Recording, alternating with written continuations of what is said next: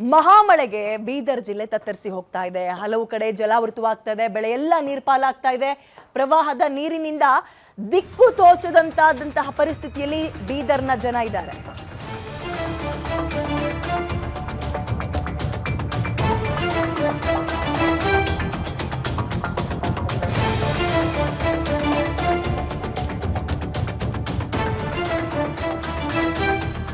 Okay, ಇದೀಗ ಸೇತುವೆಗಳು ಮುಳುಗಡೆಯಾಗಿದೆ, ರಸ್ತೆ ಸಂಪರ್ಕ ಕಡಿತವಾಗಿದೆ, ಜಲ ದಿಗ್ಬಂಧನದಲ್ಲಿ ಕಣ್ಣೀರು ಹಾಕ್ತಾ ಇದ್ದಾರೆ ಜನ. ಬೆಳೆ ಹಾನಿ ಪರಿಹಾರಕ್ಕೆ ಅಂತ ರೈತರು ಆಗ್ರಹಿಸ್ತಾ ಇದ್ದಾರೆ. ಮಹಾಮಳೆಗೆ ಬೀದರ್ ಜಿಲ್ಲೆ ತತ್ತರಿಸಿ ಹೋಗ್ತಾ ಇದೆ. ಬೀದರ್ನ ಜನ ಬಹಳ ಸಮಸ್ಯೆಯನ್ನು ಅನುಭವಿಸ್ತಾ ಇದ್ದಾರೆ. ಬೆಳೆದಂತಹ ಬೆಳೆ ನೀರು ಪಾಲಾಗಿದೆ. ಅವರ ಗೋಳನ್ನ ಕೇಳ್ತಾ ಹೋಗೋಣ. ಮನೆಯೊಳಗೆ ನೀರು, ಗದ್ದೆಗೋದ್ರೆ ಗದ್ದೆಗೂ ಕೂಡ ಗದ್ದೆಯಲ್ಲಿರುವಂತಹ ಬೆಳೆ ನಾಶ ಆಗಿದೆ.